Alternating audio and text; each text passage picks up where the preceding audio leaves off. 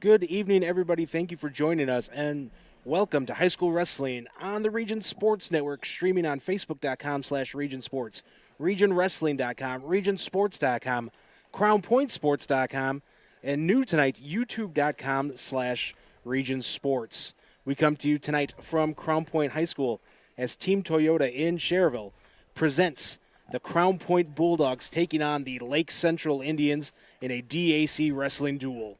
My name is Nathan Laird, and I'll be joined on the call of the matches tonight by Louis Acuna and Larry Babcock. Good evening, guys.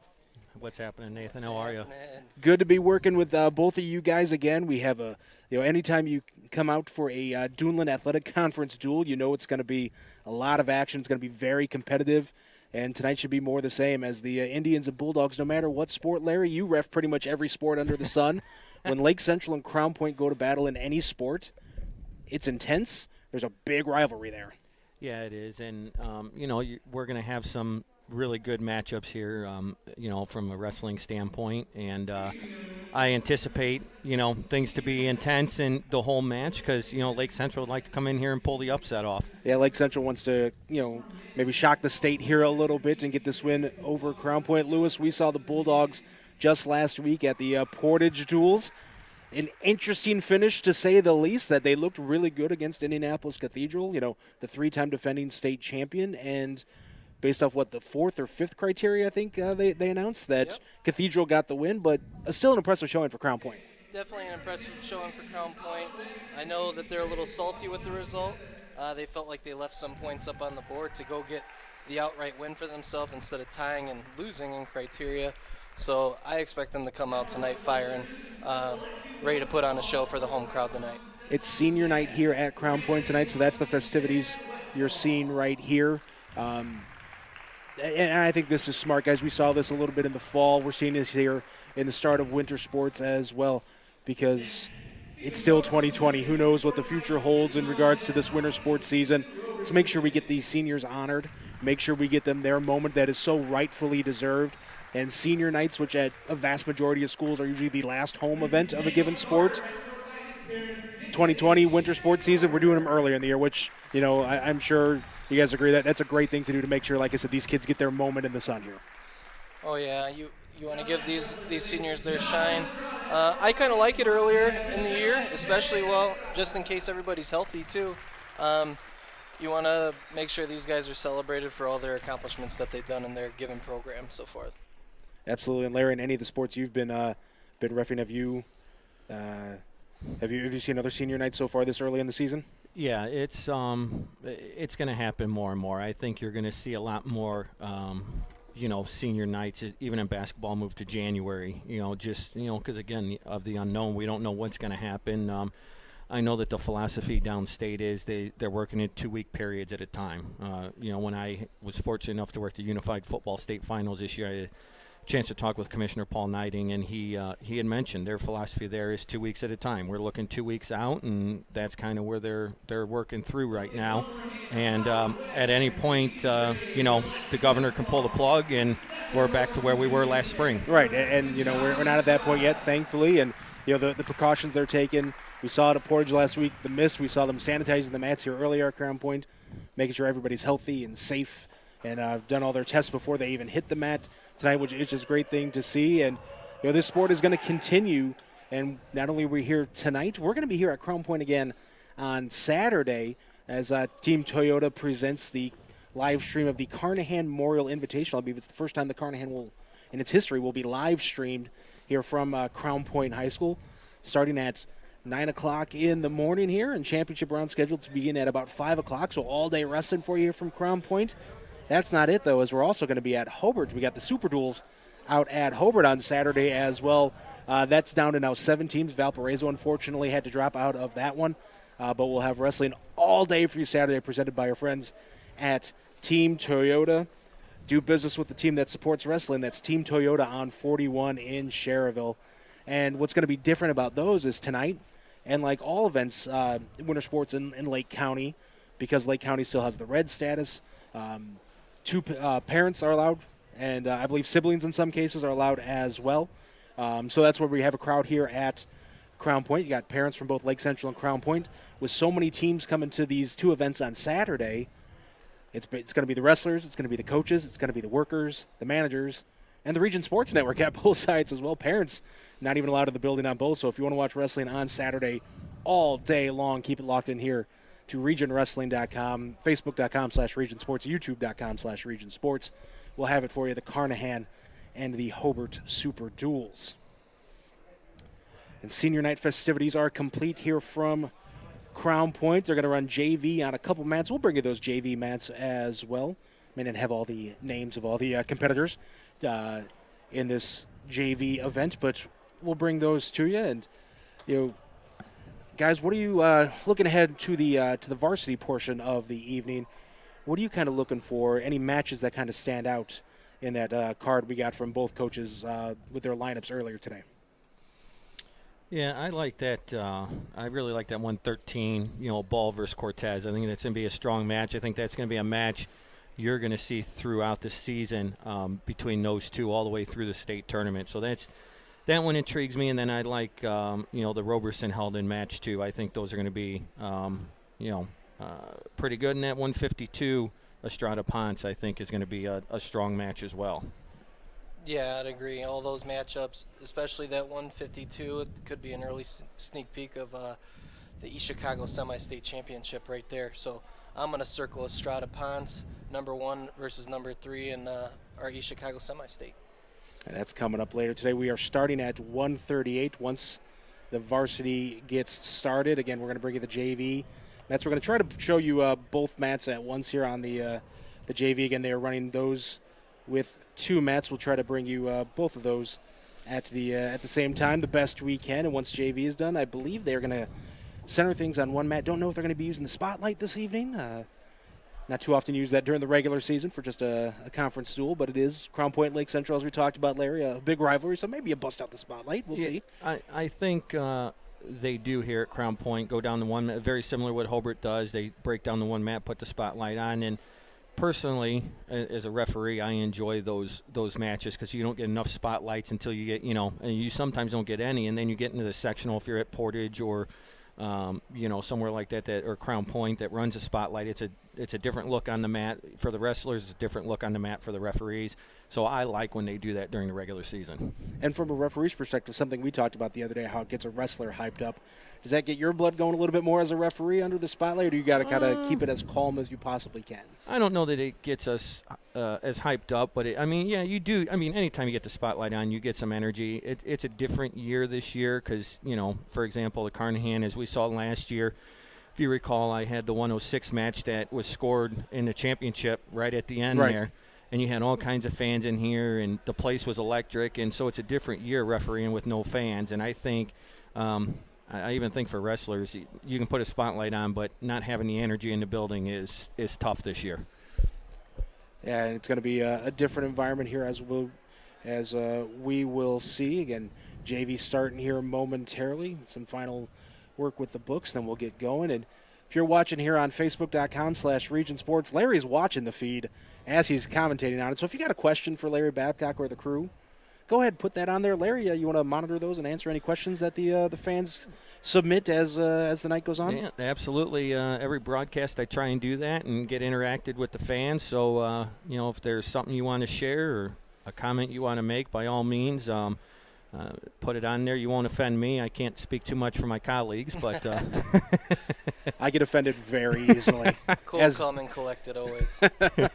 You guys can handle all the bad comments. I'll just take the good ones. Yeah, we'll go from there. Spoken like a true producer. That's right. I thought you were going to take a shot at being a Griffith guy, something like that. But no, you went with my profession instead. Yeah, so thank you very much. Well, we won't talk about your Griffith days. No, we don't need to talk about those at all. So we're getting set to start here at Crown Point. JV wrestling again coming up on 2 mats here between the Bulldogs and the Indians. Thank you, everybody, for tuning in, spending your Thursday night with us here on the Region Sports Network. Again, if you haven't checked it out before, youtube.com/Region Sports. We're trying to expand our live stream presence. We've had a couple of requests late in the football season about streaming to YouTube, and now that a new season has started, we're trying some new things for you guys. So, and that's youtube.com/Region Sports. You could, same exact feed as what you get here, But you can check that out again, youtube.com/Region Sports, and of course on regionsports.com, crownpointsports.com, and regionwrestling.com. Feeds available on all of those sites, not only for the live broadcast, but as soon as we're done, they'll be available for on-demand replays as well. Some final instructions from the referees here. I want to thank both coaches, Brendan Lorak from Crown Point, Luke Treveline from Lake Central, sending me the lineups earlier today. That always makes the job a little bit easier. I know we had that, Lewis, last week at the Portage Duels where we weren't quite sure, and I think only Cathedral was using track wrestling to get the names confirmed. So, thankfully for Cathedral for using track wrestling so we could get the correct matchups going instead of just playing the eye test and guessing game. That's true. So, if they didn't, we would have been in big trouble there. We would have been doing our best still, given a great broadcast, but kudos to Lake Central and Crown Point for getting us those early lineups so we could give you guys the correct information. So we'll have the scoreboards for all the matches coming up here in a little bit. Once the varsity gets started for JV. We'll call them as we see them. We'll see if we can get some names for you guys for these two mats worth of JV action here, and then we'll bring you the main event, the varsity. One thing I want to kind of comment on, Nathan, is I watched the message board. We've got as always, we got some some people not real happy that we're doing some wrestling in a pandemic situation, and I want to rest assure everybody. Are they not happy we're doing wrestling, or not happy wrestling taking place? Well, the one comment, I'm not real sure if they're real happy that we're broadcasting or that it's taking place, but nonetheless, I can assure you that the IHSAA is not going to put these kids in a situation that is not safe. And again, everybody has their opinions of the pandemic and the virus. And all of these kids, their parents have allowed them to come out and compete, and they feel safe enough with the protocols that have been put in place by the IHSAA. Rest assured, things are being followed. Things are a lot more safer this year because of the pandemic than probably in any other year. So, again, please don't knock people for letting their kids wrestle or for us broadcasting and showing this, because at the end of the day, I've said this 1,000 times, these kids need this social life right here. They need this outlet. And one thing, and we talked about this on the broadcast from Portage the other day, Hobart coach Jason Cook put it perfectly, and Mike Pointer reiterated to me as well. In the room, these guys have one or two training partners. They're competing one-on-one against one competitor versus a game where you're playing man-to-man defense on 5, 6, 7 guys a night, or gang tackling and huddling up. It's one-on-one. So, again, you would think the close contact of wrestling, would go against it, but again, it's direct contact with one person versus a host of people. So again, we trust that the schools are looking out best for what's best for the kids.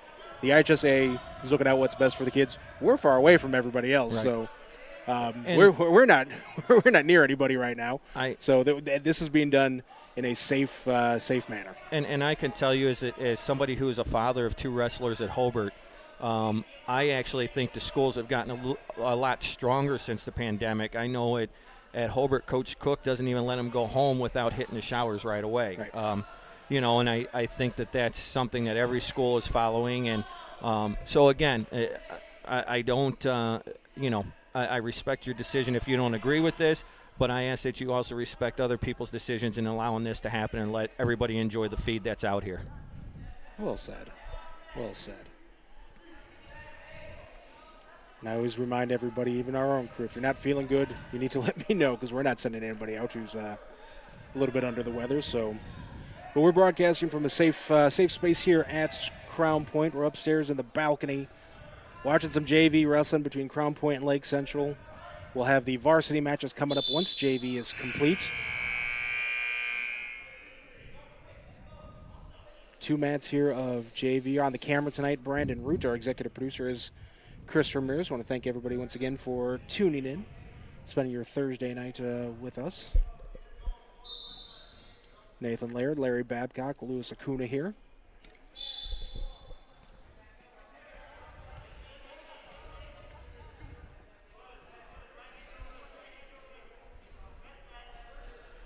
couple veteran officials down there. Ray Pettit, a state finals official, on the mat to our left, and Kydell Darrell on the mat to the right.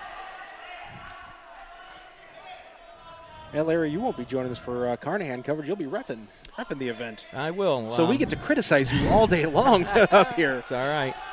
Yeah, that's a fun tournament to referee. Obviously, it's intense with some drama last year. Yeah, and it went as expected. You know, the Brownsburg Crown Point finals, and pretty much every final was expected. You know, I was really looking forward to it until the pandemic hit and a couple teams pulled out because there was some newer, more competitive teams in as well. But I believe that Benton Central's coming back up to that. I know Brownsburg's back. There's a school from Ohio coming in. Yes. I believe when I spoke with Bill DeRula, the athletic director here at Crown Point earlier. He said they're still at 14. He's hoping they stay at 14, just a couple days out. Yep. And I know that there was some question on if the Ohio team would even be here because Crown Point has a tournament that they go to in Ohio that Ohio would not let them travel to and compete in. So there was some question on if that Ohio team was going to be allowed to come to Indiana and compete. So, but all systems are a go. Right. So that was one program that, and I don't remember the name of the program off the top of my head. That when I was speaking with Bill earlier, he seemed pretty excited to see that Ohio team come in there. And you guys obviously know better than I. Ohio, Lewis, a hotbed for wrestling. Oh yeah, very much so. They're typically a top 3 state in the country when it comes to producing quality wrestling. A lot of D1 guys. A lot of D1 guys are really getting generated out of there, so that's why I could see Bill is very excited to get his guys wrestling some out-of-state guys. And I think it's good for those kids from Ohio, too, to kind of get out because we don't know that, I know Michigan and Illinois, they're not doing anything right now. I'm not real sure the limitations Ohio has, but I'm sure they're anxious to come in here and see 13, other teams. Right. And, I like the Carnahan because it's kind of that sectional atmosphere. It's that individual bracket. They're seeded into that. And such a fun tournament. And Bill DeRula and company put on a great tournament and have for many, many years. And we'll have a live stream of that Saturday morning beginning at 9 o'clock. We'll also be at the Hobart Super Duels.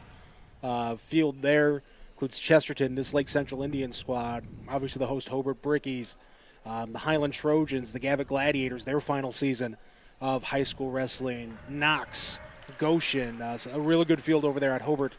Did I see Plymouth was there too? I don't believe so. Okay.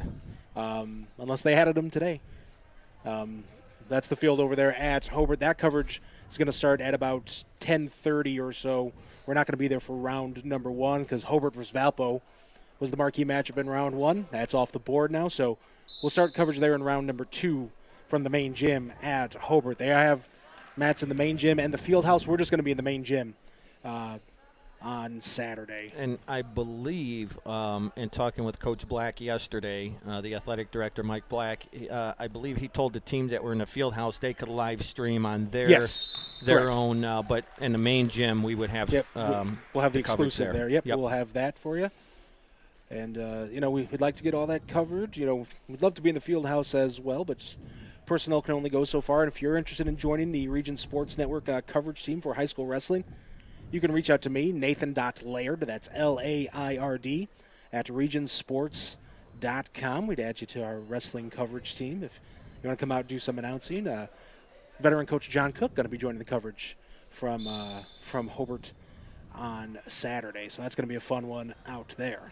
I think he knows a thing or two about wrestling. A little bit between him and Lewis is going to be out there. Dante Colza, Brandon Root, who's on the camera tonight. He's going to be driving the coverage out there, so they don't have the handicap of working with me. Well, that's a scary thought. Brandon's going to be driving the boat out there. No, Brandon actually knows what he's talking about, unlike yours truly. I trust Brandon. I trust Brandon to lead my ship. Brandon is now very nervous. He was calm, cool, and collected until now, until people said they had confidence in him. So, if you're just joining us, these are the 2 JV mats here at Crown Point. Varsity coming up next between the Indians and the Bulldogs here on Facebook.com/RegionSports, RegionSports.com, RegionWrestling.com, and YouTube.com/RegionSports.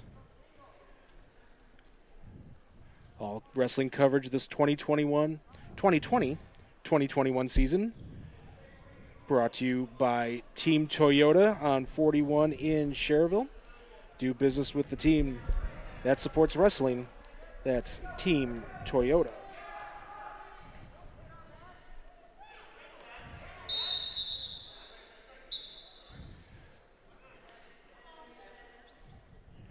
We've had a few falls here in this this JV duel. It's moving along pretty quickly, as you would expect. Yeah, especially when, I mean, you got some quality guys that are probably backups here at Crown Point because they can't crack the lineup at those lighter weights where they're really loaded. They'd be starting on how many other teams in Northwest Indiana? Quite a few. Yeah. You know, that's something we talked about on a broadcast last year, Nathan, was you look at Crown Point's lineup or you look at Cathedral's lineup and you look at their JV wrestlers and how many of them would be varsity wrestlers somewhere else, you know, in another program. But I think that's a testament to the wrestling rooms that each of those programs have and the kids that they get to compete with. I mean, you know, these guys at Crown Point, some of them get to wrestle with, you know, a guy who's ranked in the world in Jesse Mendez. Mm-hmm. You can't really get much better than that in a wrestling room. Absolutely not. And again, I think maybe even more so this year when you're, you know, limited with who you're working with and stuff as well, that that might come into even more play this year. Some fans are still coming in, parents still coming in, siblings, as they're allowed here at Crown Point for this, for tonight's duel and for duels against conference opponents in the future and, you know, one-on-one duels. But again, for the Carnahan, no fans are allowed for that one. You'll have to watch it with us on the Region Sports Network Saturday morning. Not even allowing parents in here because the amount of parents they would have to allow into the building with 14 teams coming. So at that point, you might as well just open the doors to everybody and have general admission. I think the great Mike Reiser's here, right? Mike Reiser will be carrying me here on Saturday, carrying the coverage all day long. I believe Mount Carmel head coach Alex Sertzis is going to be joining us for a little bit as well for an interview, and we'll hand him a microphone. He knows a thing or two about the sport, don't you guys think? I would say, yeah, a lot. There, you can badmouth Griffith in front of Alex. And so we'll see how that goes for you. Yeah, well, you know, I might be able to take him. Might. Before the whistle blows. After that, it's all downhill. Yeah, then you're in big trouble there, Larry. By the way, congratulations to you and your son as well, Bobby. Signed yesterday his letter of intent. Going to go play some college football at Illinois State. Big moment for you guys. Yeah, it was fun. You know, when you sit and you look at you know, the percentage of kids that get to go off and play college football, let alone Division I college football, it's a very small percentage. So, you know, we're glad that he was recognized by a Division I program as somebody that could play there. And, you know, Illinois State is going to be a really good fit for him. We're excited. Yeah, a handful of region football players signed Division I letters of intent yesterday. Good to see. We got some photos from a bunch of those, including two young men at Valpo. John Hofer and Cooper Jones. 3 players from Maryville. JoJo Johnson going to Notre Dame. Phil Gunn going to my alma mater, Ball State. And Dear Kelly going to Bowling Green. And then Hobart, as we mentioned, your son Bobby. And Zach Vode going to Western Michigan. Yep. So you can check out those photos from their special signing days on our Facebook page right now. And it's kind of neat, you know, to see Hoffer and Vode going to the same school, 2 region guys in the same year, you know. But what, you know, Nathan, is as we cover a lot of high school football in the region, what did that say for region football this year to have that many kids sign Division I football, and how many more are going to sign Division II, Division III, or NAIA? Yeah, it shows you just the quality, and you've seen that in the results the last few years with Valpo, you know, going to state last year. How many teams to semi-state last year? How many teams to semi-state this year? Hobart going to state this year. Just shows you the quality and of football in the region. That's been on an upswing the last couple of years. And region wrestling always on the upswing. We always got, you know, great talent. And you talk to people, you know, you meet people out and about, and you talk about the different sports in Northwest Indiana. And the more we cover, you know, the more I've come to realize and learn and tell people that top to bottom, wrestling's probably the region's best sport. Mm-hmm. Yeah. You look at the collegiate athletes that are produced from Northwest Indiana. It's hard to argue against that. Yep. Yeah, wrestling is definitely a growing sport. One thing I love, and Lewis can maybe touch on this, is I love the amount of female wrestlers we're getting right now at the high school level. And I would like to see, hopefully we get enough in the next few years that the IHSA sanctions girls wrestling. I think that's awesome for the sport of wrestling that girls are in, and Lewis might have a different feel on that, but I think it's great. No, I completely agree with you. I mean, we've seen some female wrestlers here in JV so far tonight. That's awesome. I mean, you get to see they're not IHSA sanctioned, but they get their girls state through the Coaches Association, which has really helped grow in the sport for these young ladies. And then on the next level, college and internationally, I mean, the USA is top-notch right now when it comes to the female wrestlers that they're putting out there in the world. Tons and tons of world medals that are coming in. So this is a very exciting time if you're a young lady getting into wrestling. And I think from what we've seen the last couple of years, the way it's trending is I don't think that girls wrestling state tournament is in that too distant of the future. With the way the numbers are going up and up every year, and I think that's something you're going to see, like I said, not too far away.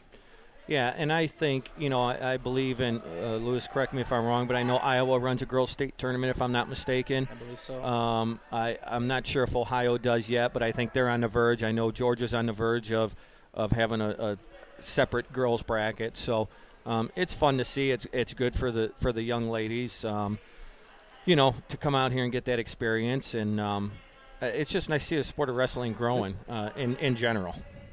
Absolutely, as this is our final JV match here. Then they're going to go down to one mat and have the varsity for Crown Point and Lake Central. Again, you're watching it here on the Region Sports Network, presented by Team Toyota. Online at teamtoyotaon41.com. Toyotathon is on at Team Toyota. There's the fall. Crown Point with the victory there. And that'll do it for, we've been calling it JV, but they refer to it as Varsity 2, which, as Lewis mentioned earlier, with some of the guys Crown Point has in their lineup, Varsity 2 might be a better term than Junior Varsity. Oh, yeah. I mean, just take a look at one of their stars that are on the lineup right now, Anthony Ball. Couldn't crack the lineup. This guy's ranked top 3 in the state right now. Any other team that he's on, he might have been a state qualifier, state placer last year. Yep. Well, I think the same goes for Nick Tattini. I mean, we saw him last year kind of crack the lineup late. Right. And he basically forced Coach Lorick to find a spot for him in that sectional lineup because of how well he had wrestled. They're going down to one mat here. Again, if you're watching on Facebook, go ahead, leave a comment for Larry, and he'll read the good ones or respond to the good ones. Yeah, I respond to the bad ones, too. Everybody's entitled to their opinion, and if you think we're doing a poor job, I'm okay with that. I get yelled at every time I put the striped shirt on, so I'm okay hearing that I don't do well. Let's be fair, you get yelled at every time you text me, call me, work with me. I find something to yell at you about there, Larry. Yes, you do. That's just because I like you, buddy. With friends like you, what do I need enemies That's for? That's right. You're just sad you don't have to sit next to me anymore at the office. Yeah, well, I don't know if that's good or bad. It might be a blessing for me. Oh, I think it is. Very much. So as they put the mats away here. Coming up tomorrow, I know we've been promoting the wrestling coverage on Saturday. We got, not that the fan base mixes too much because it seems to be a rivalry there. We got high school basketball on the Region Sports Network tomorrow night out at Hebron High School, Porter County Conference action, as the Hebron Hawks host the Morgan Township Cherokee. Porter County Conference boys basketball showdown. Tip-off scheduled for 7 o'clock right here at facebook.com/regionsports and regionsports.com. So wrestling Thursday night, basketball Friday night, 2 all-day wrestling events on Saturday. That's why we're called the only game in town. Got a nice comment here from a former Crown Point wrestler. Not too distant. Okay. But he's now coaching middle school here in Crown Point. All right. And I worked their conference tournament last week, and he said I reffed a flawless conference tournament. And it's a kid who wrestled against Bobby. And they complimented you. At 195. They complimented you and your reffing abilities. Yes. Ethan Potowski. Okay.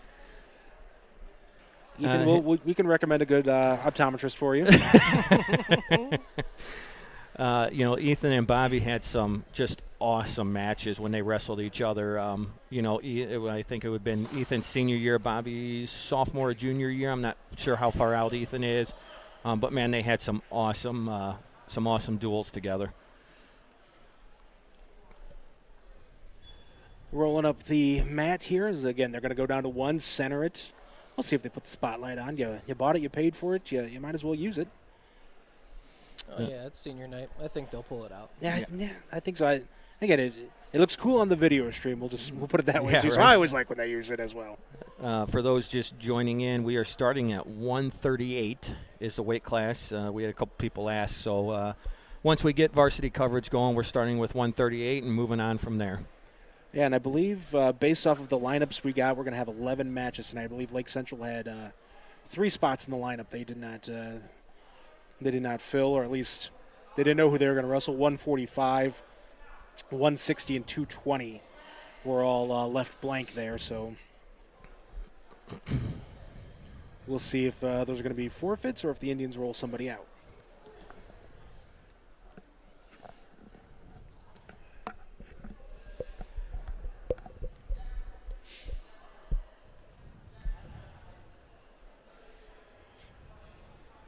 As they get set to roll up these mats, taking their time.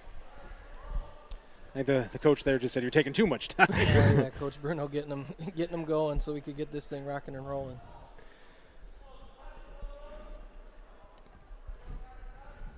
Still the old style mat here at Crown Point. I love that. Yeah. You don't, with the newer mats that are coming out. That are like strips. Yeah, and they're a little bit, probably softer too, but, everything's still old school when Coach Vlink was here. And it's just awesome to see. There's certain sports where you like to see the evolution of the equipment and things like that. But some sports like this, old school and wrestling just kind of go together. Well, it's the oldest sport. That's true. Oldest sport in history. That's right. That's true.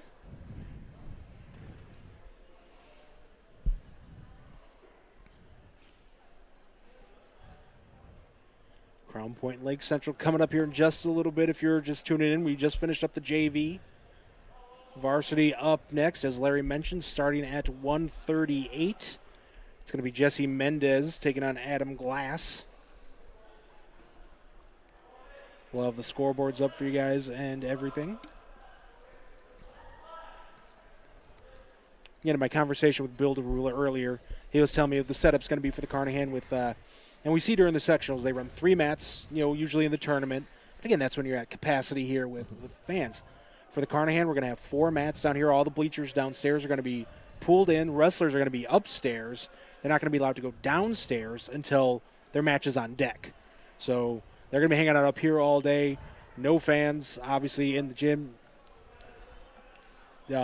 Bleachers pulled in, 4 mats with 14 teams here. That'll keep things moving a little bit. Yeah, and I believe last year we ran on 4 mats down here as well. Was it 4 or 3 last year? What's that? Was it 4 or 3 last year? We ran on 4 mats last year. Okay. No, you're right. We did run on 3, and we suggested 4. There you go. Because of how well, long see, the pandemic's working for everybody. Yeah, right. That was a joke, everybody. I'm sorry. And here come the spotlights. And no surprise, they're going with the spotlight here on senior night. And you can leave us a comment. Just comment there at on our Facebook feed. While you're commenting, you can like it, share the video as well. The more likes, shares, comments, views we get, the more appealing this is to advertisers, potential advertisers. And if you have a business that'd be interested in joining our fine advertisers and sponsors, you can contact us at the Region Sports Network, 219-923-2169. But the more of those we get, the more coverage we could have for you across Northwest Indiana. So if you like watching this, please feel free to like, comment, and share the video to the rest of your Facebook followers. As you see, as the spotlight goes on and kind of what I was talking about, you see some shadows right at the edge of the mat. Especially when you get in near fall criteria or a pinning combination, those shadows can sometimes play some havoc with referees that aren't familiar with that. And I think it's different. Lewis could attest to this more than I could. Does that play a difference on the wrestlers too, those shadows? Not too much. I don't think so personally. It's just very focused in. You train your whole life to know where the edge of the mat is, and you want to go score. I mean, the only thing that I could see that maybe defensively, if you can't see the line because of the shadows, But luckily for me, I was more on the offensive side and never on the defense, because always taught circle your backside into the center. You finish that guy out of bounds. So spoken like a true RWA guy. As we christened it at Portage, it's the house that Louis Acuna built, the Portage High School Gymnasium. Yes, it is. I think he came up with that. Not that was a joke in the pre-show. That was a joke in the pre-show. There's been a that's true. I maybe shouldn't have said that on air, but I did. So There's been a lot of great Portage wrestlers before me, after me, and especially shout out to one of the Portage wrestlers that just got inducted into the Indiana High School Wrestling Hall of Fame, Sean McMurray, who was a 3-time state champion during the late 2000s. So kudos to him. Probably could be the most accoladed guy ahead of Louis Acuna for Portage Wrestling. You're a better broadcaster, though. Hey, I really appreciate it. There you go. Lewis will be on the call at the Hobart Super Duels on Saturday, along with Brandon Root, Dante Colza, and veteran wrestling coach in the region, John Cook. He knows a thing or two about Hobart's style of wrestling, what Hobart's got going on, considering his son is the head coach. Yep. There. And it's nice to see as successful as Coach Cook was at Valpo. Jason has been equally as successful everywhere he's been. And we love him at Hobart. He's done an awesome job. In fact, before we went on air, I saw he had went live that they got the wrestling club finally back in the room, the little guys, nice. And he's in there with the little guys, wrestling and showing them things. And that's one thing I really like with Hobart is the varsity coaches, Coach Johansson, Coach Cook, Coach Balish, all those guys are in the room with the wrestling club, with the little guys, because they understand that's where their future is, and their philosophy is the brick road, and they understand it starts with those little guys, those little 4, 5, 6, 7-year-olds.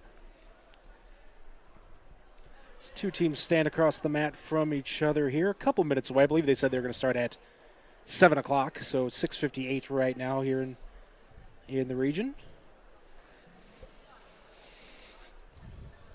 Tonight's coverage all season long, presented by Team Toyota on 41 in Sherrville. Do business with the team that supports wrestling. That's Team Toyota, thanks to Jason Akers. All the great folks over at Team Toyota for their sponsorship of high school wrestling on the Region Sports Network.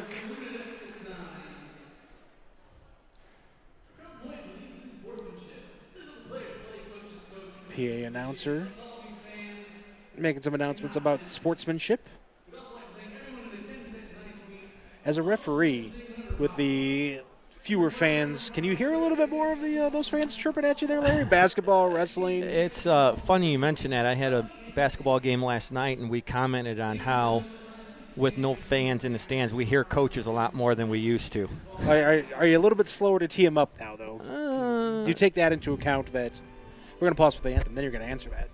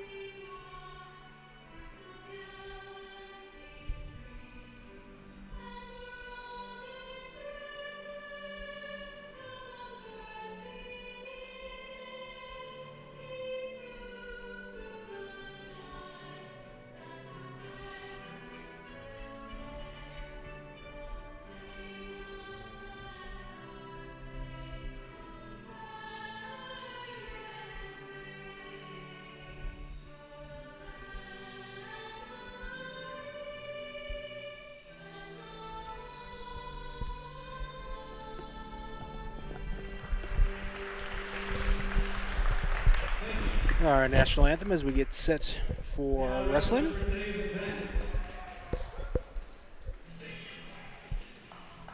At 106 pounds, Lake Central winner Guillermo Rivera against Captain Novacek. At 106, you're going to have Captain Novacek. We got the PA announcement, correct pronunciation. We were trying to figure that out the other day. Of Crown Point taking on Guillermo Rivera of Lake Central. 113, you have Anthony Ball of Crown Point taking on Janny Cortez. We're going to listen to the PA real quick to make sure we got all the names right.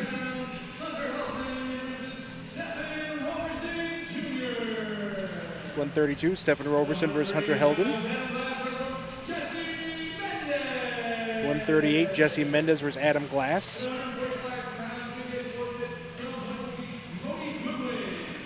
145 will be a forfeit. 152, a matchup you guys talked about earlier. Isaiah Ponce of Lake Central taking on Javan Estrada. 160, we have a forfeit. Orlando Cruz for Crown Point gets the win. 170, Xavier Gomez of Lake Central taking on Nick Tatini of Crown Point. 182, Jake Seuss of LC taking on Jacob Carter of Crown Point. 195, you have Michael DeGrotto of Lake Central taking on Will Clark of Crown Point. 220, we have a forfeit. Paul Clark from Crown Point gets the win. And 285, Seth Garcia from LC taking on Jack Reese of Crown Point. So from what I heard, both coaches are sticking with the lineups they sent us earlier. Helps us out a ton. I'm pretty excited about that.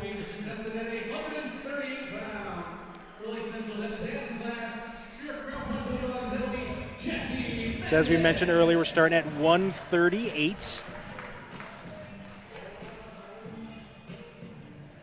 That is Mendez of Crown Point and Glass of Lake Central.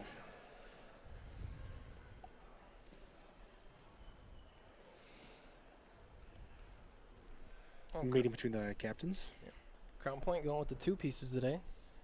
Yeah, I've never seen that. Haven't seen that look from them before in the duels I've covered. I saw it out of them once last year.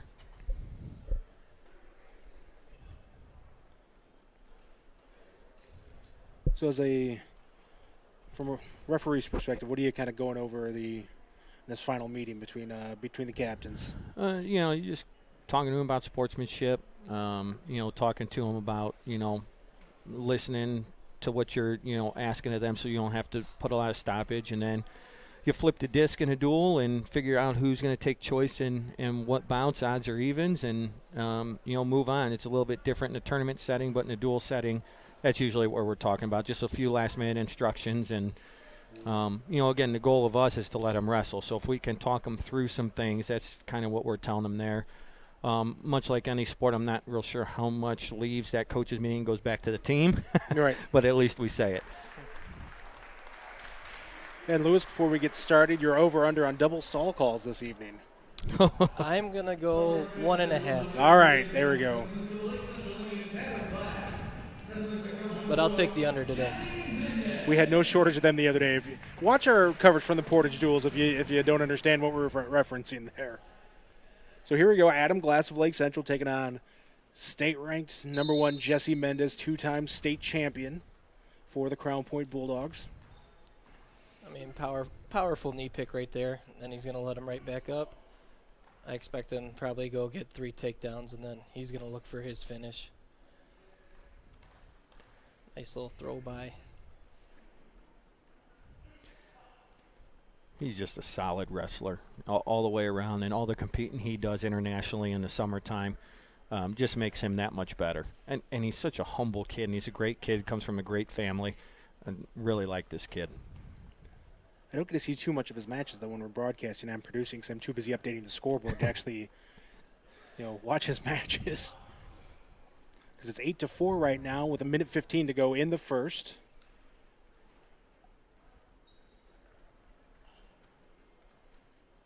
That was impressive. Yeah, there's a little freestyle action right there, a little roll through. Probably getting himself ready for the summer already. Right to a fireman's carry. He's just so explosive. Now he's got his wing bar arm. And we saw this a ton from Crown Point on Saturday. Once they got on top, this is what they were looking for, to put guys away right away. 40 seconds remaining here in the first. Jesse Mendez up 12-5.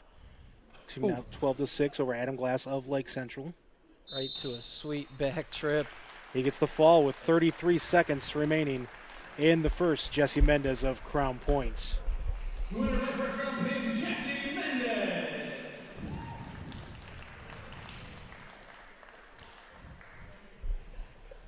Next contest at 145 pounds. That gives the Bulldogs an early 6-0 lead here after one match. Cody Goodwin wins via forfeit at 145.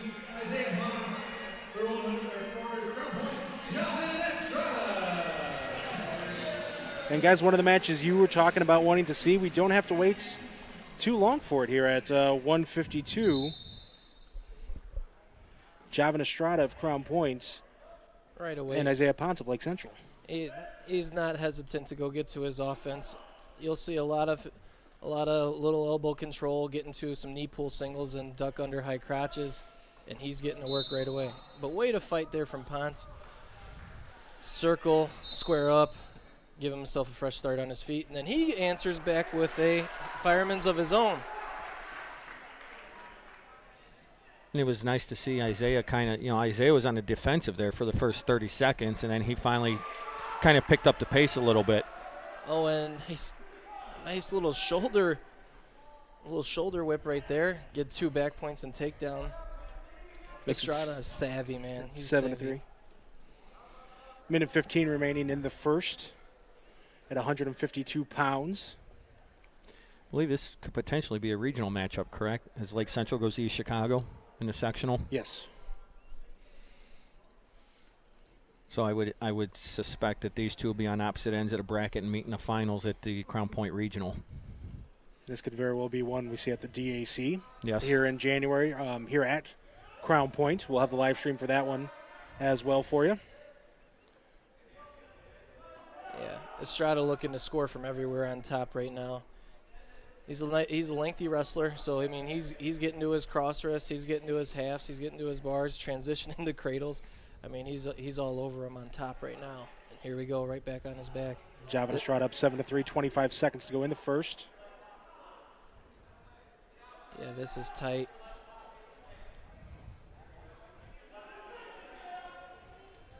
$15 seconds.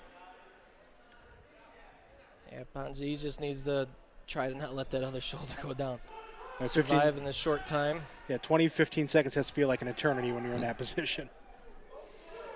Oh yeah, time seems to go by way slower when you're on your back. That is for sure. So he survives, though. Trails 10-3 as we start the second.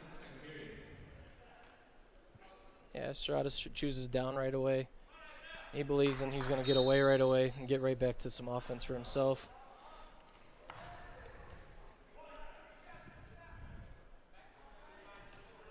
He gets right back in on a double leg. Wrestling all the way through. Nice little scramble there, but Estrada coming out right on top.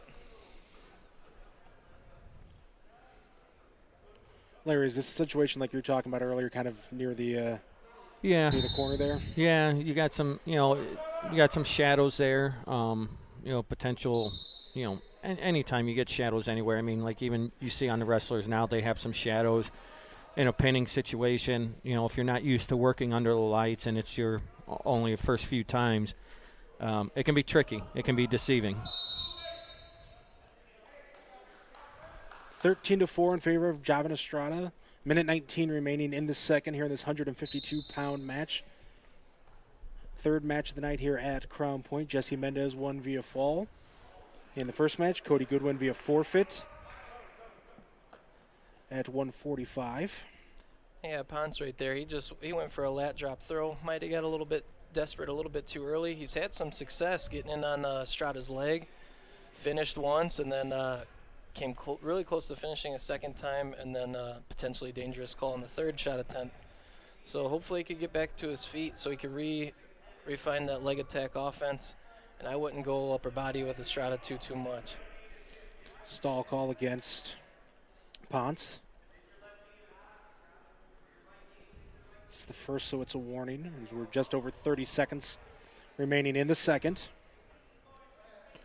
And again, we want to see action from that wrestler on the bottom, not just laying. And it kind of looked like there, Ponce was just kind of laying and letting Estrada do whatever he needed to do. We want to see some action down there. And there's the fall with 11 seconds remaining in the second. Javan Estrada. That's an impressive performance right there. That was one of the matches we had kind of circled and really one-sided there in favor of Javan Estrada. A little bit surprising there. I really anticipated Ponce to put on a little bit stronger, tougher showing there. Yeah, hopefully he takes the positives away from that, because you're going to see this guy 2, 3, 4 more times throughout this year. So know where you're successful, see where you weren't successful, stay out of those areas that were the big point moves for Estrada to really distance himself on you.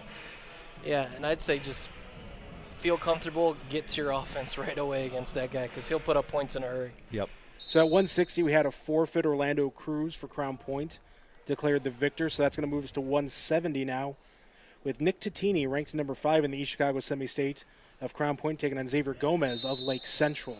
24-0 our team score in favor of Crown Point. Yeah, quick little knee pull right there from Titini to get 2, and now he's right back in on a low single, getting another 2.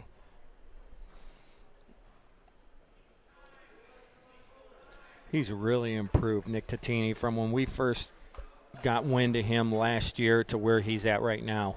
He's done a really nice job. He had a nice run through the state tournament last year. This kid's a pretty impressive wrestler. Yeah, right away getting to work on top. He had a little cross-face bundle, ran it right over to his back to get 3 back points, and I could see him going right back to it again. Step through Turk. He's looking to score. Yeah, like Larry said, this kid's improved a lot. He's found himself an everyday starting spot in the lineup this year, putting on the weight to make sure he gets a starting spot. So he's really going to work for Crown Point tonight. He's up 10-1 with just under a minute remaining in the first here. Looking to get the fall here.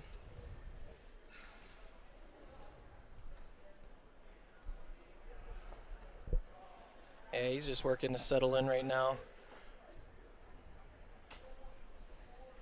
30 seconds remaining. Titini up 10-1 on the scoreboard. And there's the fall with 27 seconds to go in the first. Yeah. Nick Titini, that was a very impressive performance out of Titini tonight. Yeah, Crown Point's not hesitating to get to their offense and get to some pinning combinations. I think we're seeing a little bit of that sour taste in their mouth from Saturday, losing in that tie criteria to Cathedral.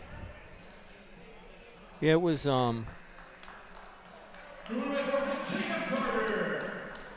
Carter took the forfeit at 182. Which that was one I believe they had announced we were going to have Jake Sues versus Jake Carter. So I think they just bumped up Sues because that's not Delgado. Okay. So they bumped him up, it's looking like. And they may have bumped Delgado to 220 to not have that forfeit there. Yep. So at 195, we're going to have Will Clark versus Jake Sues.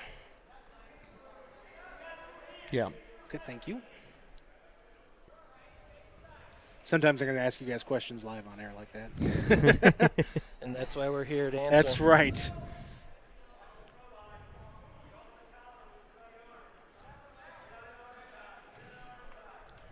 So 36-0 in favor of the Crown Point Bulldogs in our 195-pound match. Yeah, early we're seeing a lot of hand fighting, a lot of collar tying. It's usually what happens when we start getting up into the heavier weights here in these dual meets. A lot of hand fighting, not as much leg attacks, but these guys look like pretty athletic guys, so I'm not going to be surprised if one of them starts getting to it here towards midway through the first period.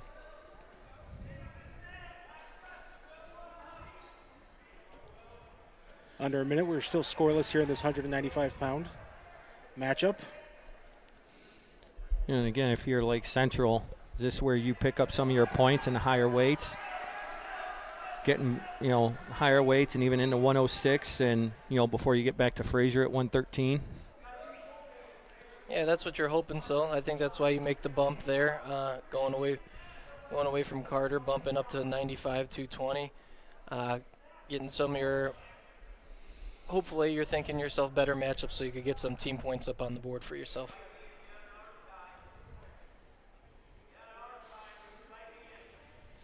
Ten seconds remaining here in the first, still scoreless between Will Clark and Jake Sues.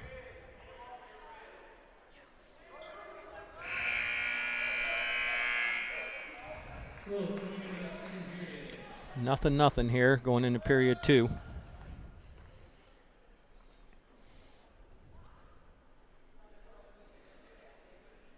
And tonight's coverage and high school wrestling coverage all season long presented by Team Toyota on 41 in Cherville.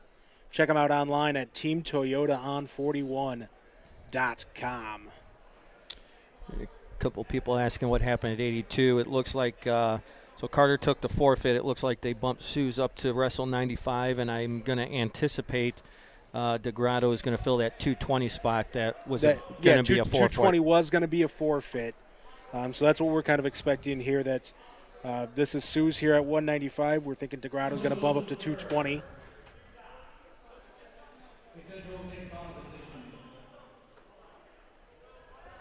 little bit of discussion between the Crown Point coaches and the referee in between the first and the second there. Yeah, I'm not real sure what the discussion was. We have a locked hands. Yeah, we get a 2-1 there.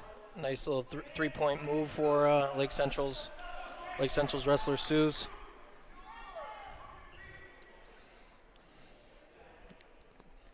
And now the escape for Clark. So we got a 3-1 match, takedown match. I think you guys mentioned it, in a duel where you are the underdog here in this one, you just want to get some points on the board, build some confidence for moving forward in the future. That, all right, you're down 36-0. You're likely not going to win this duel if you're Lake Central. But again, you want to put your guys in favorable situations to get points and feel good about themselves moving forward. They're going to be at Hobart on Saturday. They got a tough field in that super duels. You don't want to go into that coming off being shut out. Yeah, I mean, that's got to be a big part of it. Get some points, get some confidence, because I can tell you from having 2 boys on the mat, confidence is everything. They get a couple wins, they taste a little bit of success, and then they feel pretty good about moving forward. So if you're Lake Central, you just want to try and win a couple of these, get some points on, not keep the goose egg on the board, and move on to Saturday. 30 seconds remaining here in the second. Still 3-1 in favor of Jake Sues of Lake Central over Will Clark of Crown Point. And we started at 138. We had a Jesse Mendez fall, followed by a Cody Goodwin victory via forfeit. Javon Estrada gets the win over Isaiah Ponce via fall. Orlando Cruz via forfeit. Nick Tattini pinned Xavier Gomez. And Jacob Carter won via forfeit. That's how Crown Point got to their 36. So under 10 seconds remaining here in the second, 3-1. And here comes that stall call. Yeah, that was pretty much a given. He was in a dangerous situation, backing up out of bounds. I really don't blame the wrestler for that, because you don't want to give up big points going into the third when you're up 2. He very well could have got hit for fleeing as well. So, I mean, I think he got a break there, only getting hit for stalling. Yeah. How do you determine which is the call there?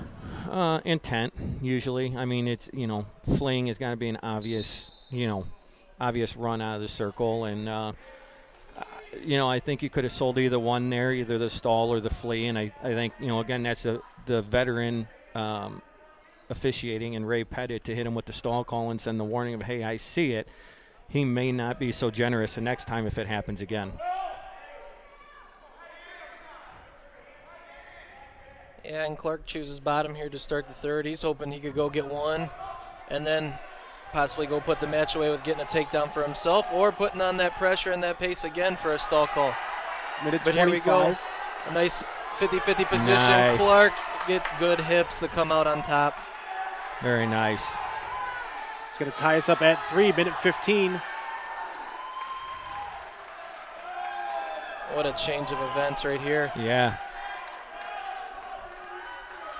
Seuss doing a great job. He's fighting.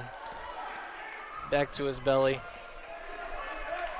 And you talk about Seuss, you know, how quick things change in wrestling. Seuss was pretty much in control this whole match. Right. And right at the drop of a dime, Clark took control. A 15-second span, he went from up 2 to now trailing 3. Yeah. With 40 seconds remaining here in the third. And here we go. He's in a little Peterson situation. He's down on the leg. He needs to get his feet underneath him with Nice the reversal. reversal. Now Coach Trevline's telling him to cut him. He needs to go get a takedown. 6-5, now 7-5 Gotta with 18 seconds left. Here we go, some fireworks. At 195, body lock position, under over position. Who's 9 gonna seconds. get it? And Clark does, straight to his back. Man, what a great match. Boy, that one from, let's be honest, not very much action for the first 2 to the last minute and a half. A ton of back and forth action. 9-5, 3 seconds left in favor of Will Clark of Crown Point. And that's going to do it. Good for Will Clark to stay composed, come back, put up points, and hold on to that shutout for CP tonight. And probably getting his brother excited to go out there back to back. Yep.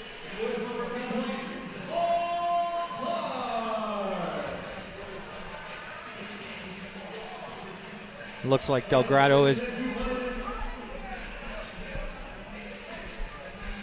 Looks like Delgado did bump up. Yeah, Delgado's bumping up here to 220. So they're going to. Nobody told the PA announcer.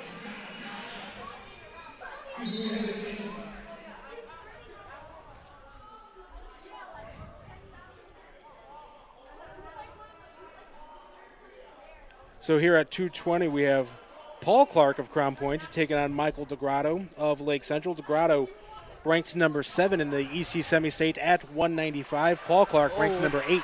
With the lat drop throw for himself right away.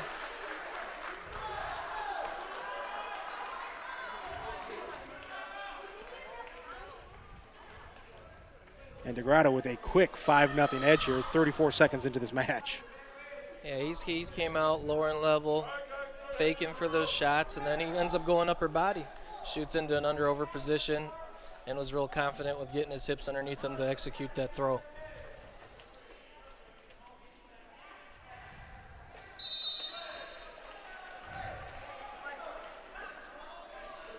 But there's still a lot of match left, as we see from the last Clark. That's true. Yep. The last Clark match. It looked like things were trending one way and finished up not so much.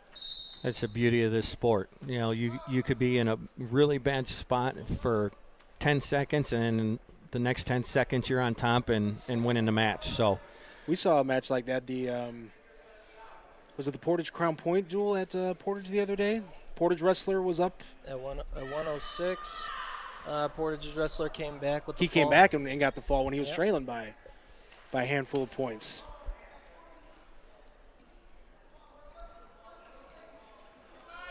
.35 seconds remaining here in the first. Michael Delgado of Lake Central bumping up to 220. He's up 5-0 over Paul Clark of the Crown Point Bulldogs.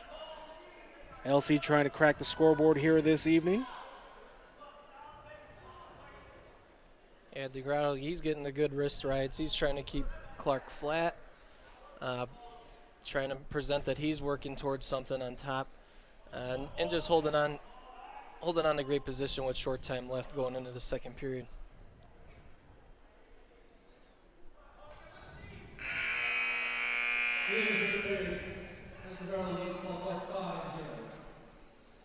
So at the end of one, still 5-0 our score.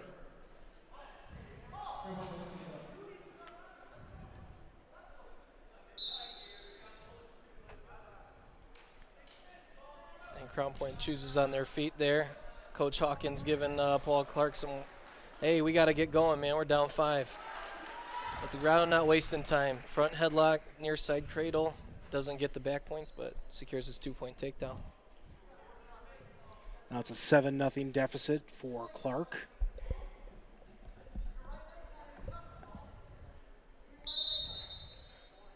That's one. There it is. There's one. There it is. There you go. You said 1.5? I said 1.5. And you took the under, so. And usually they don't Yeah. happen too much after 106, so I'm Feeling good? I'm feeling good. All right. Heavyweights don't disappoint.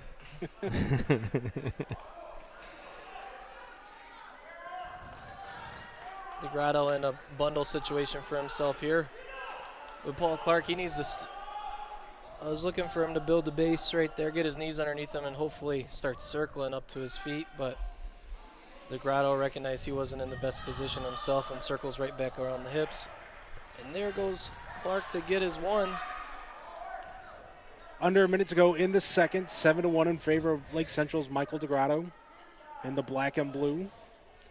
Paul Clark of Crown Point in the red, the white CP on his back. Clark getting some offense going for himself right here. Trying to step over. DeGrado showing toughness and good hips right there, keeping himself under control and then slipping out underneath for a 2-point takedown himself. Fun little scramble right there for a couple seconds. Yeah. But, you know, again, in his brother's match just in the 195, that's all it took to get his brother, you know, back on track was a little scramble like that. You know, get what little crowds in here, you know, behind, get the energy going. And that, you know, again, in this sport, and that's what I talked about, you know, coming into Saturday, you don't have any fans in the stands. You have, you know, nice scrambles like that where fans are getting excited, and you can build on that. You know, as a wrestler, Lewis, how do you try and get that excitement? How do you find that energy when you don't have anybody in the stands in scramble situations like that? Oh, yeah, you're just, especially if you're down, you're just trying to create some action to where you're getting yourself into really comfortable positions, especially if you feel like you're athletic and have great hips, creating those flurries to where you could not only get 2, but create an opportunity to get an extra 2-3 points on the board to really close that gap or give yourself even a bigger lead. And right here, we got Clark. Close. See, he's creating action. That's what you need to do for yourself. Not with much fans in the stands, but for your teammates to get behind you. Yep. Especially, and then you could definitely tell in your coach's voices that the excitement gets ramped up in them, too, really pushing for you to go for more points in your corner. Minute 18 remaining in this match. Michael DeGrado of Lake Central up 10-3. As the Indians try to win their first match of the evening. DeGrado's trying to get it come out the back there. Clark was a little high on him.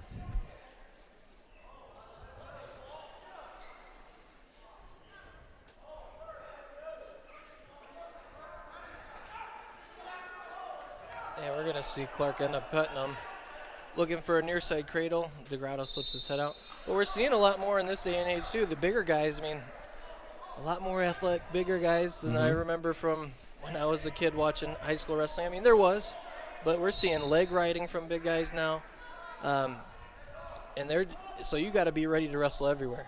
It's not just your father's big guys wrestling where it's just a lot of hand fighting and pushing going on. It's guys looking to score points everywhere. Wasn't it 3 years ago, 2 or 3 years ago at the state championship meet? The 285 from Brownsburg in that third place match. I mean, I fortunately was able to referee him in the sectional that year. And you want to talk about an athletic 285-pound wrestler. That kid was very, very good, and he made that third place match that place was electric. Clark's going to get called for stalling here, his second, so it makes it 14-3, 5 seconds remaining.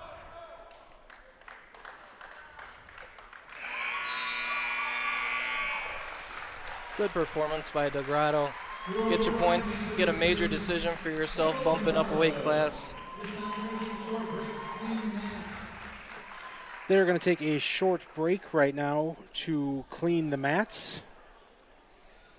We're going to step aside here for a quick second and step away from our broadcast table for a minute. We'll be back. We'll keep the stream going, of course.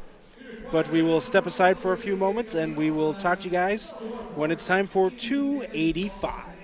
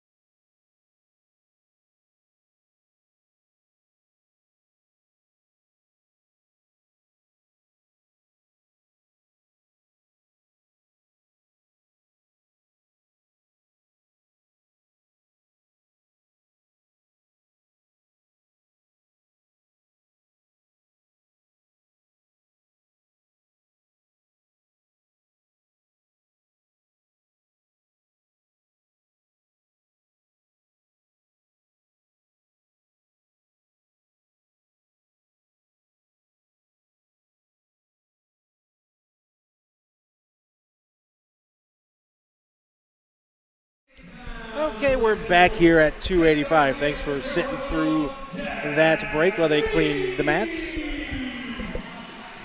Weren't sure how long that was going to take, so we wanted to step aside, give us a little bit of break here as we start 285. We got Jack Reese of Crown Point taking on Seth Garcia of Lake Central. the big boys, a lot of push and pull. Oh yeah, lots of push and pull. But Crown Point's heavyweight, he's coming out banging, bringing the pace forward. So, I mean, that's the kind of a start that you want to get to, imposing your will and your hand fights as a big guy, making him feel the heavy hands in that weight. So, good little hand fight action to start so far.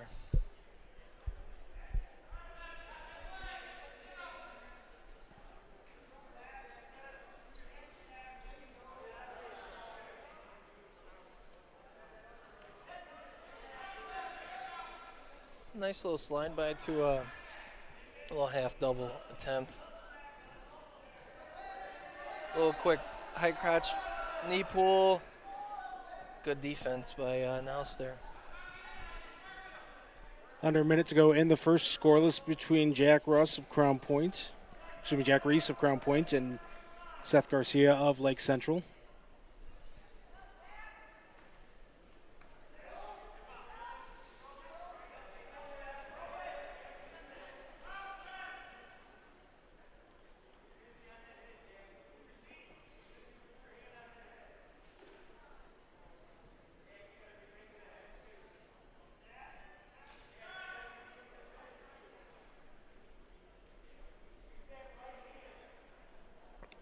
Garcia's doing a good job for himself, trying to create angles to some little quick, short offense attempts. But he's got to do a good job here. You want to circle in. You don't want to get that early stall call. 3, 2, and 1. That's going to do it for the first.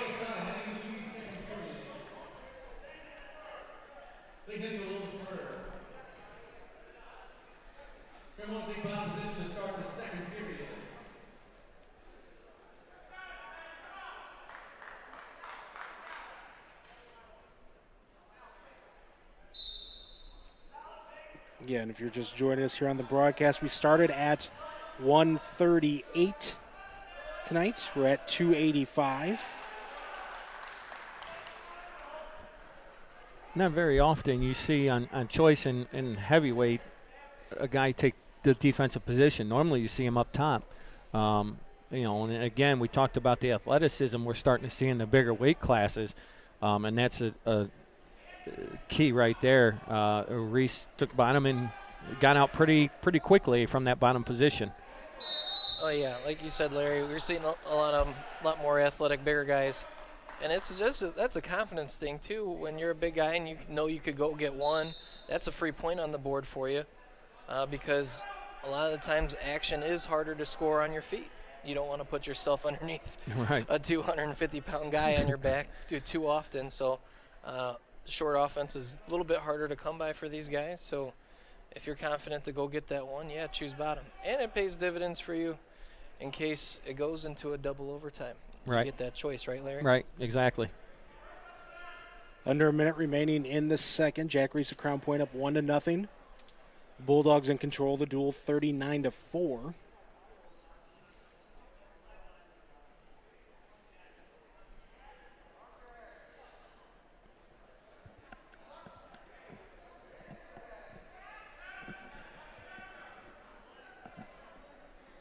And Garcia doing a good job trying to clear that underhook. You don't want to let this guy have an underhook controlling you towards the edge of the mat. And I expect a little snap to clear out of this tie, and there we go. 15 seconds remaining in the second. Stall warning against Jack Reese. Yeah, Garcia put two. They weren't they weren't going to score as much, but he's showing that he's attempting to go get to some sort of leg offense and putting that pressure on this guy. And there he goes all the way down. To a low shot right at the end of the period. And again, that's an impressive move for a big guy. How many big guys you see go after that double leg like that? Not too many. You just got to hope you don't get stuck underneath there when you do it. Yeah, right. You gotta come up right away, or you got to find your angle right away. I think going back to that stall warning against Reese as well, I think the Crown Point coaches knew that was coming. We could hear Bill Hawkins saying, "Don't stop wrestling, Jack," and I think they kind of sensed that He was going to get dinged for a stall there as we're now tied up at 1. Yeah, Reese, he's doing a good job of hand fighting. He's controlling a lot of ties so far this match. He just hasn't found himself being able to touch Garcia's legs at all yet.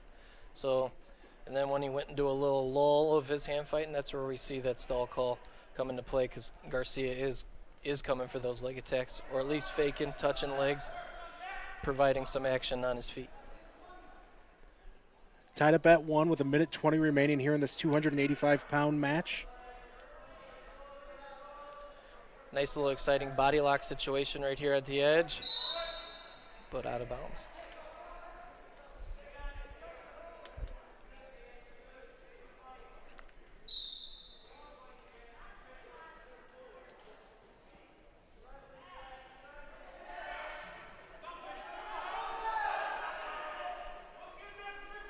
Under a minute remaining. Yeah, you hear some yelling there. Don't give that position up. When you if you're a big guy and you got a front headlock, you want to utilize that, using that front headlock, snapping them to the mat.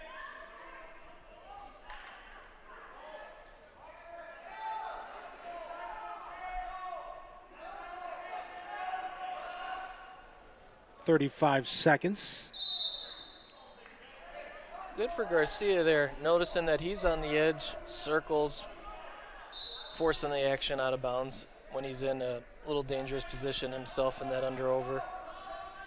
Mat awareness is so big when you're wrestling, and, obviously terminology's had to change a little bit with coaches as far as, back in the day, probably when you were wrestling, if you were at the edge of the mat, you guys would have a key word to tell you, hey, get out of bounds, force that stoppage. Can't really do that now with the way the rules are written, so you got to be, your mat awareness has to be there, and you have to show the referee that you're still actively trying to referee while still getting yourself to your ultimate goal of getting out of bounds. 3, 2, and 1. And we got some bonus wrestling here, folks, at heavyweight.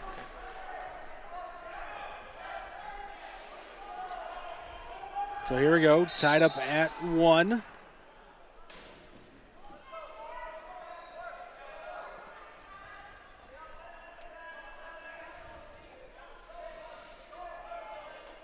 Garcia really bringing the action.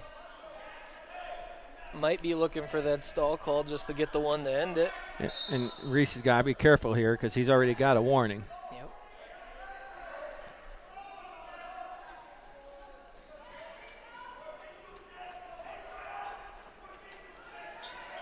And we're back in this under-over. Reese got the body lock. 30 Garcia. seconds. Ray Pettit trying to let them finish this on their own, but I don't think Reese is giving them much choice here. No, if we see one more of those, it might be the end. The front headlock. 21 seconds left here.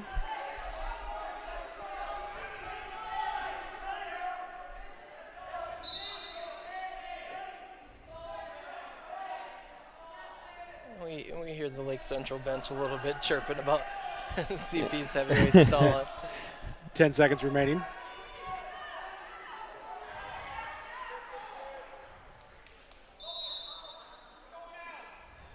But Garcia's got to be a little bit careful there. You don't want to get too overzealous trying to force a stall call. Then you might put yourself in a bad shot situation.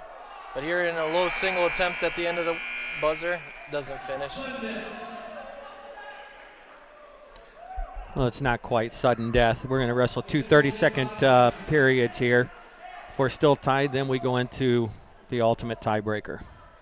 And then that's where that 1 point would come into play, Larry. Yep, absolutely.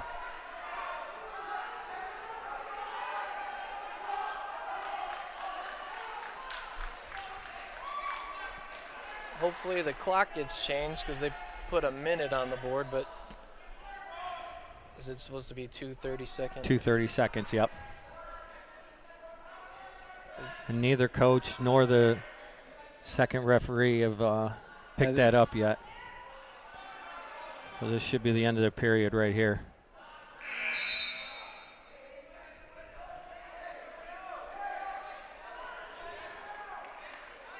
Garcia did a great job for himself, putting himself in a good position to hopefully go get a win. He needs a ride out, but he got away right away. You've spent some time in the corner in youth tournaments. We've had the chance to be on the mat together. Should we get an escape here, and this goes into the ultimate, with the way these two are wrestling, where are you putting your guy? You putting him on top and letting him ride out that 15, or are you putting him on the bottom? Not in this match, but if I have the choice, I've seen my guy has gotten away in under 15 seconds for either guy both times. I'm going down. Yep. I'm trusting my guy to go get away because my guy hasn't proved that they could get to any time-killing rides. But here we could.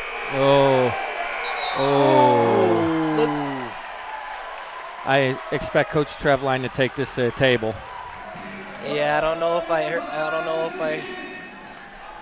it was 2 before the buzzer. I think that's what Coach Trevline's asking right now is, did the buzzer hit before the 2 points was secured?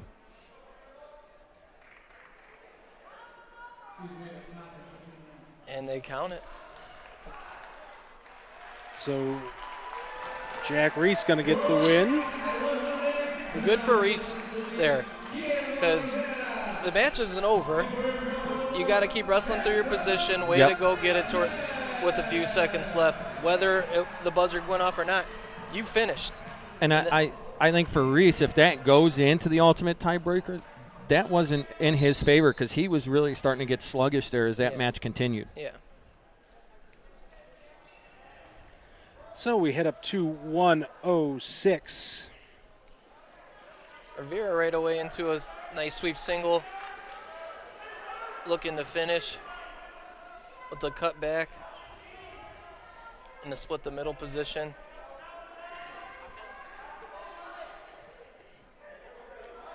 This match features Captor Novacek from Crown Point and Guillermo Rivera from Lake Central.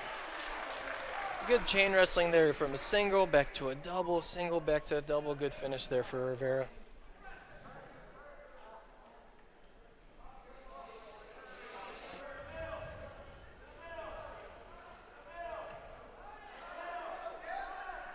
Yep. We knew it wasn't going to be long before that stall call came out. Yeah, you got to work to return there, folks, when you're on top. Can't be hanging up on your feet for too long, or else you're going to get hit.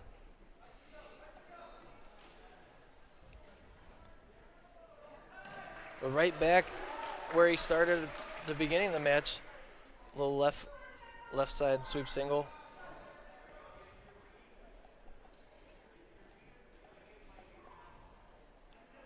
.40 seconds remaining. Rivera of LC up 4-1 here at 106.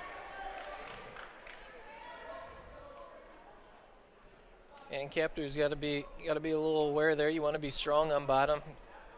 Don't want to be giving up easy suck back to near fall points there.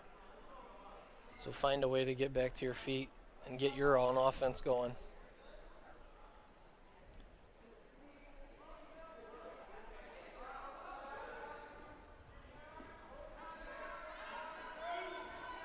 Five seconds.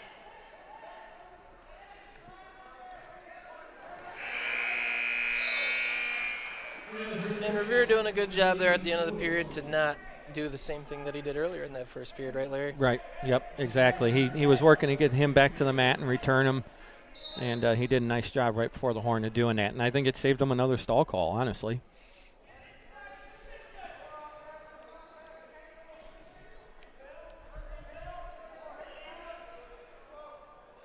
Captor getting his own offense going finally on a left side high crotch and the split the middle position. He secures that other foot to get his two.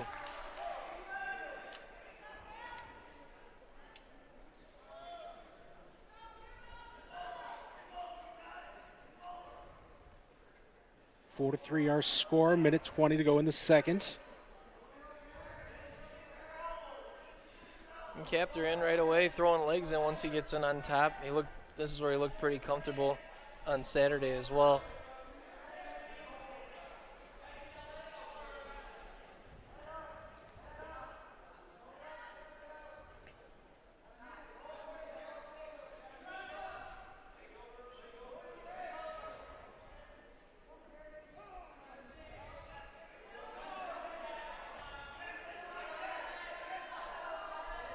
and I could hear Coach Sessa yelling leg over, leg over. He's hoping for Captor right there to get his leg, to get Rivera's leg over on the other side, but Captor does a great job transitioning to a power half. Could possibly put this match away. 28 seconds.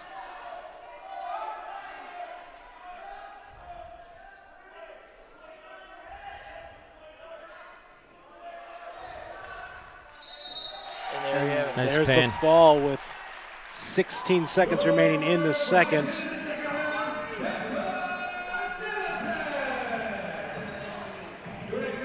Captain Novacek for Crown Point gives the Bulldog a now 48-4 lead over Lake Central. And our next match at 113, you have Anthony Ball, ranked number 1 in the EC semi-state of Crown Point, taking on number 3 at 106, ranked Johnny Cortez. Yeah, and here we got a rematch of the IHPO, the Indiana Hoosier Preseason Yep. Open. These guys squared off first round there, and Ball won a close 1-point match. They're up at 13 today, though. That was at 109 in the preseason. And again, two wrestlers who I think are going to become very familiar with each other as the season moves on. Probably two of the better 113s in the Dueling Conference.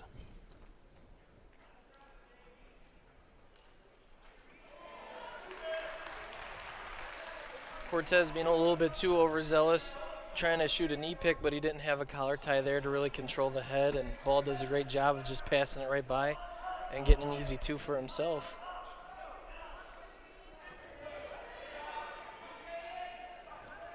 Good mat return by Ball.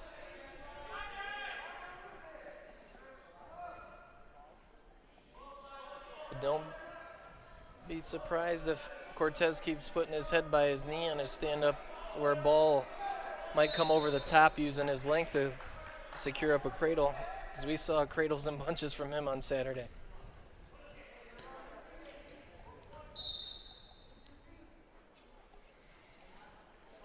Two to one here in the first period. Now 4-1. Good down block finish for Ball. And right back up. 35 seconds to go here in the first, 4-2.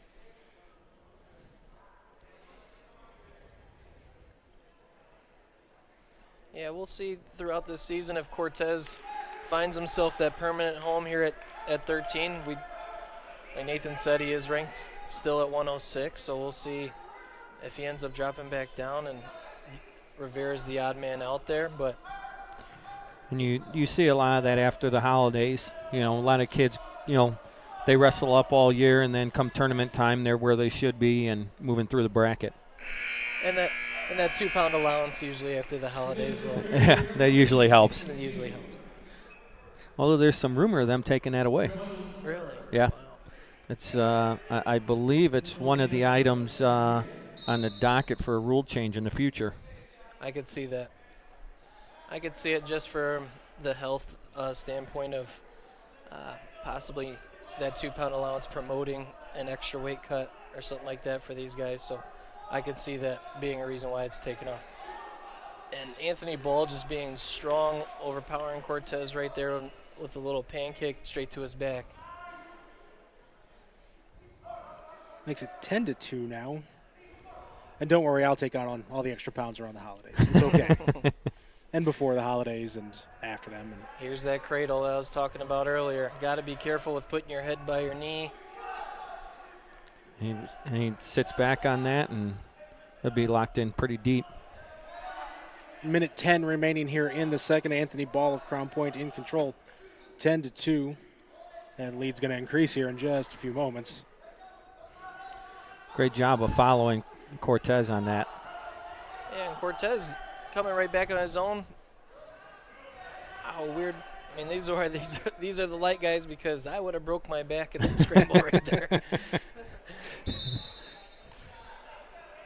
So 13-2 now in favor of Ball with 47 seconds to go in the second at 113 pounds.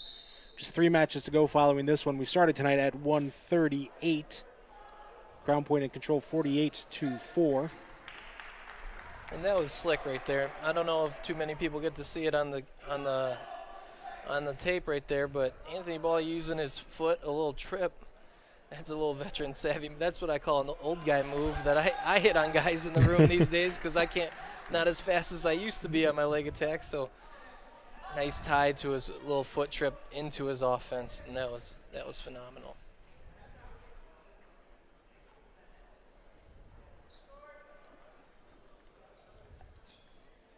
Closing in on a nice tough leg ride to finish the second period. And he's going to finish the second with a 17-4 lead.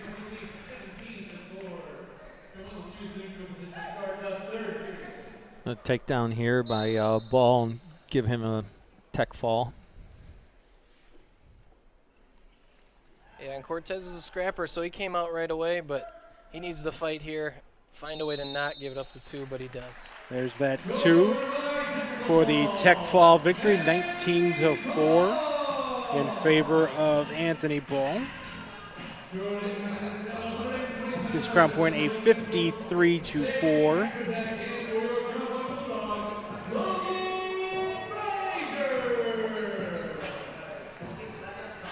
Our next match at 120 pounds, we got Logan Frazier of Crown Point, ranked number 2 in the EC semi-state, taking on Chase Kasperzak of Lake Central.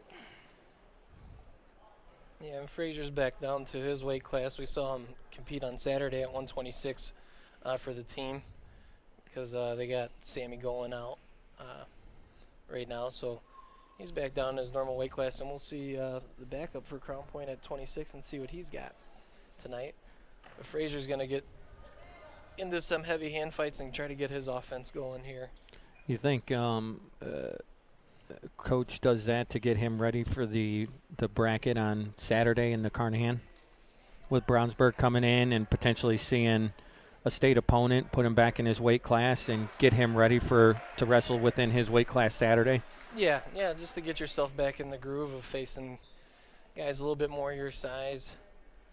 The speed doesn't change too much, and just that comfortability of, I don't know if he weighed in at 120 on Saturday, but just being right back on your weight and then getting to work on the guys, and conference seating purposes tonight too. Right. If you know you're gonna wrestle 120 the rest of the year in a DAC duel, you kind of want to go your weight class that you're gonna wrestle for the rest of the year. And get those seating points come tournament time.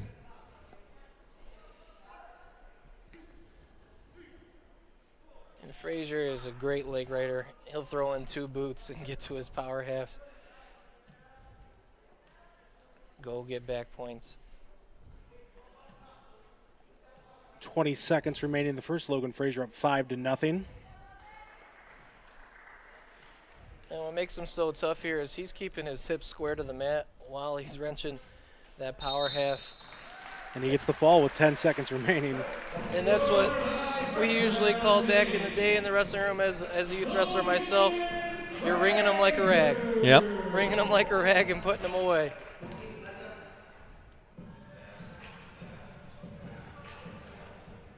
So 59-4 now our dual score in favor of the Bulldogs. Just a couple matches left here at 126. We got Christian Washington of Crown Point taking on CJ Brenner of Lake Central.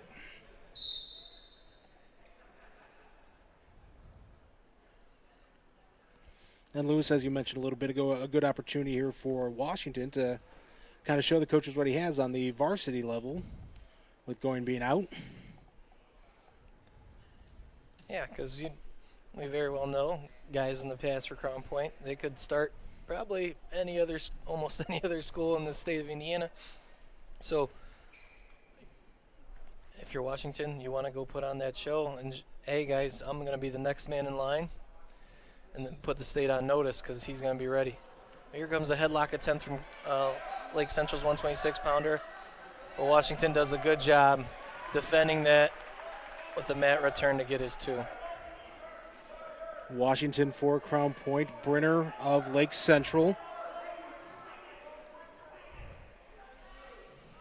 It's our second to last match of the evening. Got a couple ranked guys going head-to-head at 132 next. And he's tilted him over. He has a wing with the cross wrist on that wing side, so it's nice and tight. Lake Central was doing a great job of fighting hands to get off his back there. Yep. Potentially dangerous when they rolled out of that arm. Maybe got a little bit too up towards the shoulder. Yeah, why do they call that, Larry? Just, you don't want that shoulder. When you push that arm too close to the shoulder, from the back, it strains that muscle. So it's more or less protecting the wrestler. As you well know, you injure your shoulder in wrestling, it really limits what you can do the rest of the match. So, we like to see it at that 90. We don't want it to really get in that 45 area because you're just putting too much strain on the arm and the shoulder. 15 seconds to go here in the first. Washington of Crown Point up 5-0.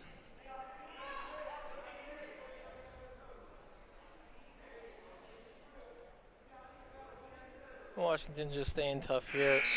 Looking to control wrist, move on to the second period.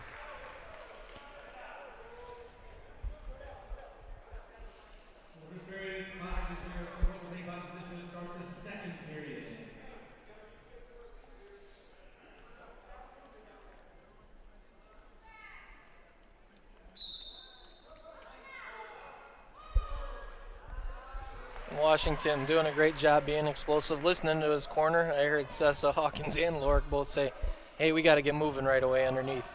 And he did that to get his reversal. And he's got that cradle there. Yep. And that is tight.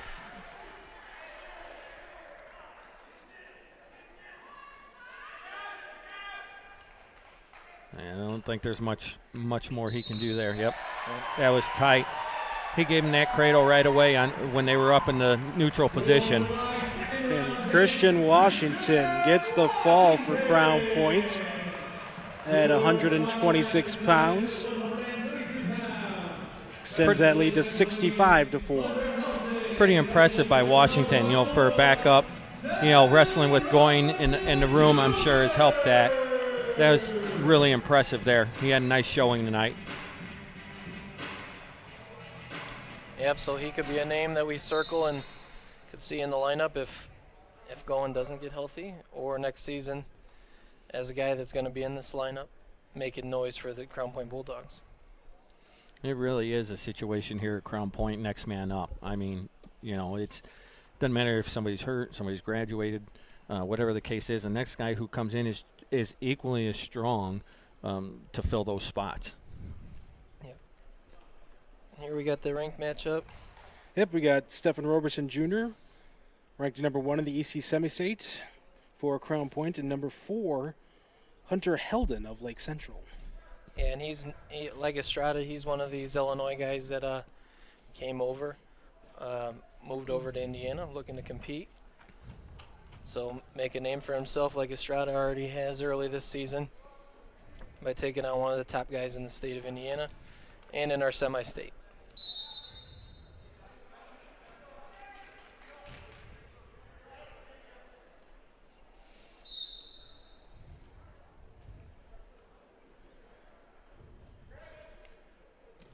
I know after Saturday, talking to some of the Crown Point staff, what they hope for Roberson is to get his offense going just a little bit earlier.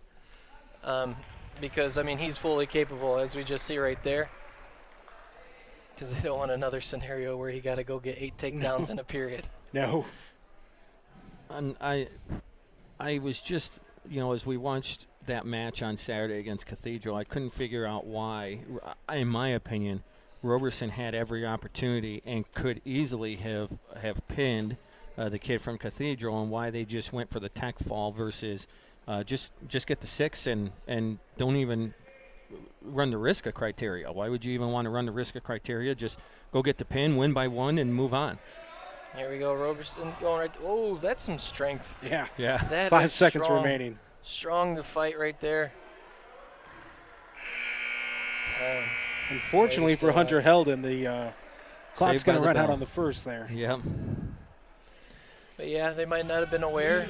I don't know if for sure if there's been any criteria that has changed over the years, whether it's the individual matches won and the number of falls flipped, and they might have not been aware of it. That's the only reason that I could think of. I happened to work a basketball game that night at Portage after that, and in talking with Mike Pointer there, Cathedral was under the impression because earlier in the day in a duel, they got hit with unsportsmanlike. They thought that carried over into that Crown Point duel. So I think everybody was thinking that because of the unsportsmanlike, Crown Point was going to win if it went to criteria. But because it didn't happen within that duel is why it didn't carry over. Gotcha. 6-0 our score here. A minute 25 to go in the second. It's our final match of the evening. Stephen Roberson Jr. of Crown Point taking on Hunter Heldon of Lake Central. Yeah, Roberson doing a great job right off the whistle. Listening to your coaches. Get to your first move on bottom, and he did. And now he's right back into the position where he left off in the first period. Cross wrist wing, getting back points, and he's settling in for the fall. He gets the fall with 1:03 to go. And how sweet is that for senior night? Yeah, absolutely. Stephen Roberson caps it off on senior night, caps off a 71-4 dual victory for the Crown Point Bulldogs. So that's going to do it for us here from Crown Point High School. A reminder, we'll be here again on Saturday as the Bulldogs host the Carnahan. 14 teams here coming to Crown Point. We'll also be at the Hobart Super Duels on Saturday as well. Live video from both.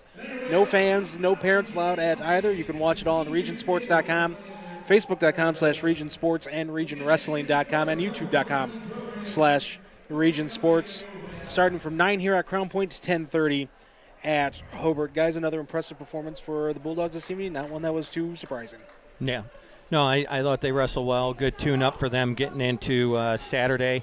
Honestly, even for Lake Central, they didn't, I think, wrestle horrible, but this was a good tune-up for them to go into the Hobart Super Duels.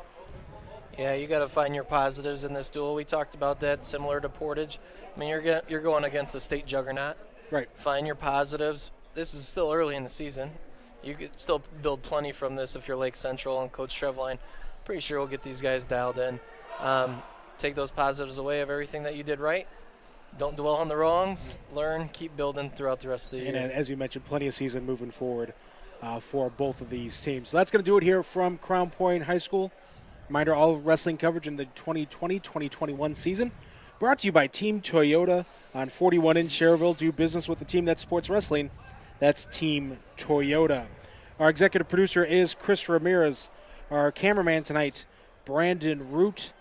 Broadcast crew tonight, we had Louis Acuna and Larry Babcock. I want to thank the athletic director of Crown Point High School, Bill DeRule, and, of course, all the viewers who tuned in tonight, whether it was on Facebook, YouTube, or on one of our family of websites. Thank you so much for watching high school wrestling on the Region Sports Network. Back Saturday with wrestling. Tomorrow night, basketball live from Hebron. So from everybody at the RSN, my name is Nathan Laird saying thanks for watching. You have been watching high school wrestling on the Region Sports Network, where the region comes to wrestle.